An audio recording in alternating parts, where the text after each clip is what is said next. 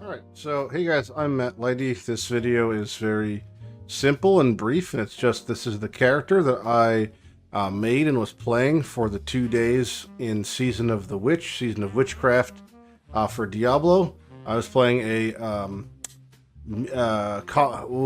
Meteor Sorceress, total homebrew type vibe. I just wanted to play a Sorceress because I have never played one, pretty straightforward.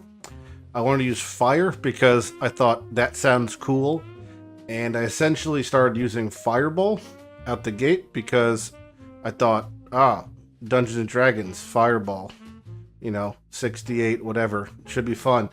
And it was great. I had a great time for the couple days I played. I ended up going Meteor, pretty straightforward because I early on got a unique called the Starfall Coronet that referenced meteors and replaced their mana cost with a cooldown and made them drop a bunch of meteors, and then it made it so the enchantment and enhancement will also drop meteors, which is like the sorcerer thing. So yeah, I have a lucky hit to drop more meteors, and yeah, that was really cool. So yeah, I just drop a bunch of meteors all the time by right clicking, and then it is fire, so it was on bread. So basically I built everything else around meteors at that point. Fire and meteor, burning meteor type stuff. The character is named Wizard, even though I'm a sorcerer, and it's in reference to a Aqua Teen Hunger Force character called the www.yzzerd.com, or Wizard. However, when I made the character, it wouldn't let me type www in a row or com because Blizzard, or I couldn't do the periods either, so I had to do it, in essence like this.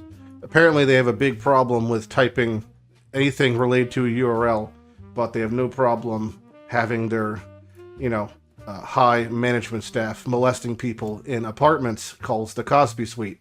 So that's where they draw the line. But Wizard, that's where that's the cutoff point for them. So anyway, I digress. So the Season of Witchcraft revolves around a few things. The first thing is the Witchcraft abilities. So these are like different little passives that augment your different abilities. You've got 5 small ones and 1 large one. They do a lot of cool stuff, like making bats fall down and frogs and things, and you could go pretty deep into this. Most of them are just locked behind progressing the actual season page, the Coven's Favor, but a couple of them are actual things you have to find from these altars and dungeons. I didn't fully explore all of it, but I feel like I didn't have to get the idea of it. So that's one function of it, and then the secondary part is there's specific gems that we can add to our gear.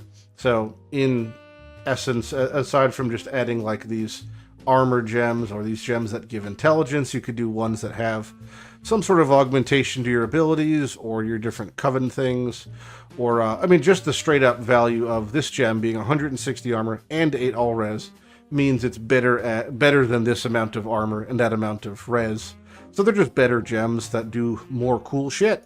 And you could eventually, if you decide to farm and go for those. I haven't seen a single piece of 1 drop in, the 2 days of straight play, but I'm kind of get the idea. I'm like a lot of things in Diablo. It's like, I get the idea. So yeah, so the character itself, we'll go over briefly, then show you what it looks like. The skill tree I leveled with just Fireball until I can do meteor stuff, and I did that. But you have to put a couple points into Firebolt, even though I don't use it.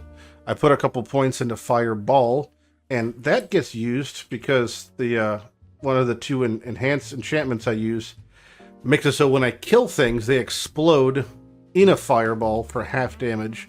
So when it says in a Fireball, because it's highlighted, it just does a Fireball there. So things that scale Fireball do work for that. So I would like to put more levels into Fireball, possibly, but I'm out of points. Because I typically in Diablo builds grab so many of the small nodes because they're just much more value. Like going narrow and deep is how I play all ARPGs. This one's no different. I'm going to be clicking 1 button, maybe 2, and yeah, I want everything else passively occurring. So small ones there. Core skills do increase damage when mana is above 50. Mana's always above 50 because my Meteor no longer costs mana. So I'm always at full mana, so that's great. Then we move down the line here. We get a little bit of Flame Shield. This happens passively, but also I trigger it. It's just a defensive barrier that is also burns things and heals me. So little defense button that also triggers. There's some barrier I get passively. Here's some damage reduction when I have barrier. This I just have to put a point in some fire things to fill the bar. So there's some lucky hit chance. There's some damage reduction. There's some more barrier and life and stuff. This one, here's our the bread and butter, the Meteor. I just drop a big fucking Meteor and then a bunch of little meteors, and sometimes I drop more meteors. That's pretty much it.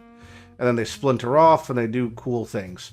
And yeah, you could also make it so they immobilize, but I already have that from somewhere else, so there's no point. So yeah, I also just make them fall faster, and then a bunch of other small points. There's some more damage. There's some more damage. There's some more. There's immobilizing, so there's some more of that.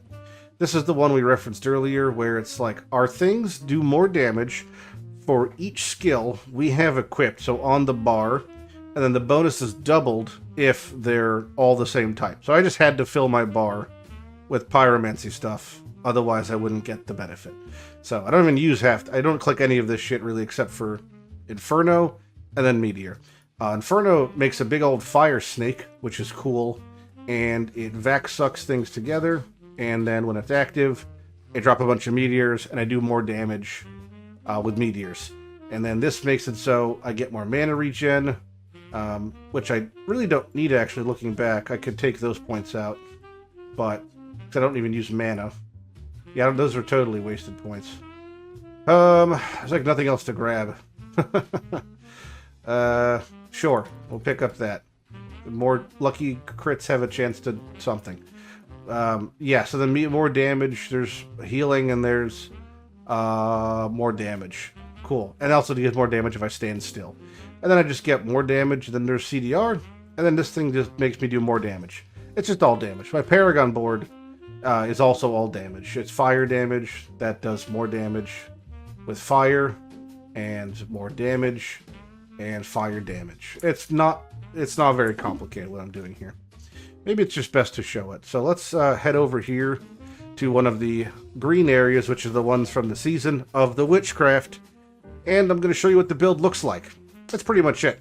Now, to increase this build's efficacy, there's not a whole lot I would really do more than the exact same thing I'm doing for the next 2 weeks to get minor numerical upgrades to fight content that is identical in form and function, but has minor numerical upgrades defensively. So the things I'm fighting has more zeros, so I have to get more zeros. That's Diablo 4.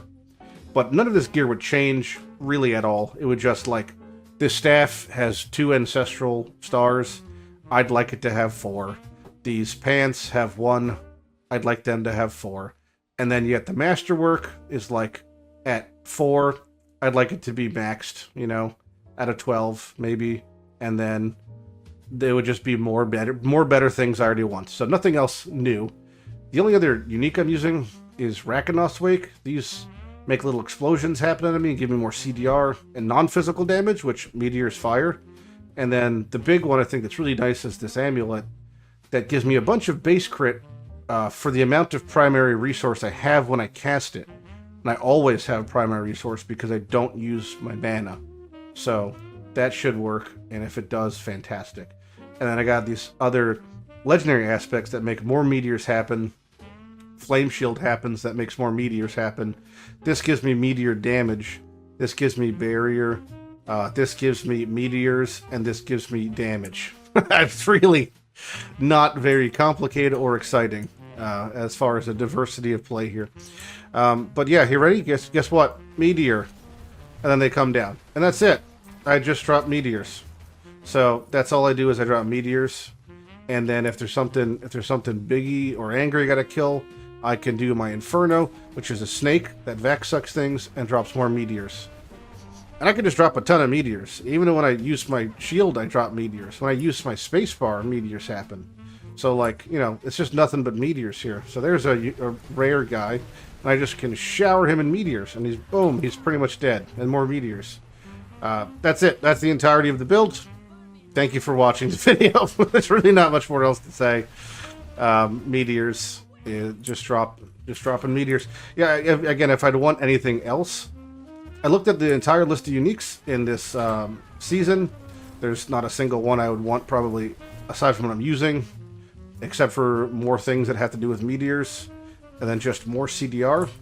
Like the helmet can roll a 3% roll, which is way better than a 6% roll, and then you can get more CDR for more meteors. That'd be great. But aside from that, I just walk around dropping meteors, and it's pretty good. Very comfortably in Torment 2. I could easily be in Torment 3 probably, and then with just if I just got a couple more Ancestrals and finished my Masterwork, I'd be in Torment 4, and that would be the end of the game, kind of. So, yeah, overall, I'm pretty pleased. It's a fun little build. Pretty low maintenance. Survivability is actually decent, because I just have a bunch of barrier up, like, kind of a lot. And I got a lot of life regen, and, yeah, the worst thing is the visual clarity. Is, I mean, trying to see a ground effect. I'm dropping fucking meteors, like, non-stop here, so it's hard to see, like, you know, a corpse explosion of some sorts, but, yeah, that's it. If you have any questions, feel free to ask them. I'm not going to be playing another character this season, and, I won't be playing another character until the next season, in which case I'll play something different.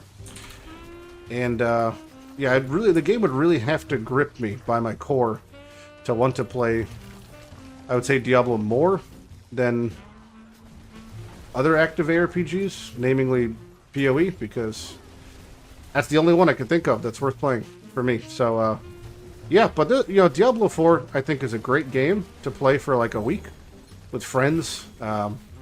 Get to, like, Paragon 200 and everyone's at Torment 4 and have a great time, and then call it a week. And then, yeah, if you already have it, I would recommend playing it. This season's pretty fun early on, especially with those witch things. If you don't have it, I would probably not recommend playing it. I would recommend Path of Exile. And if you want to play a different game, I would recommend Last Epic or Torchlight Infinite over that. I'll say one thing, this feels very much like when I played PoE 2 for the first 2 weeks. It's very reminiscent in form and function. Yeah, I'm not a big fan of the lack of crafting system and general pace of gameplay. This is a little bit faster than PoE 2, but yep, pretty rudimentary. But it's a fun time for a weekend. So yeah, that's it. I think that's so would recommend if you own the game. It's definitely a season worth checking out for a little bit, and would not recommend if you don't own the game. But I mentioned it in stream, and I think it's really important, is to, like, not make fun, in a way, of games like Diablo 4, and say things like, you know, D4 bad, or, like, that sort of stuff. And the reason is because I think that limits, you know, your ability to pull better ideas from lesser games, potentially. Because, you know, this button right here that rearranges your equipment is amazing. And if any game doesn't have that, that's a massive fucking L. And PoE doesn't have this. So that's a massive fucking L. And the fact that I could push T and teleport without any prerequisite is great. So, you know, think you gotta have these good things in other games. Otherwise, you end up with a game that you actually misclick and end up returning to town instead of respawning at last checkpoint. So, you know, take everything with a grain. But enjoy playing Diablo if you are. And, yeah, would recommend Sorcerer. The Meteor thing's been fun. Yeah, I like the Meteors. So, yeah, that's it. Alright, have a good day. Also, I made this character. I picked specifically the shirt with the most under tit. So you got some good under boob going on here. Fun fact, Sorcerer has no nipples, which I found out. I've examined almost all of these tops on stream. None of them have a hint of nip. So, under tit, yes. Also, the default no shirt has less boob than the Drifter's tunic. This is more boob than the no shirt on. This is a sports bra.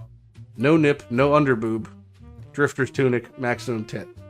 This might be actually just a thumbnail. Let me just take a thumbnail here. Boom, tit. Okay, alright. Have fun, guys. Enjoy the season. Catch you later. Bye-bye.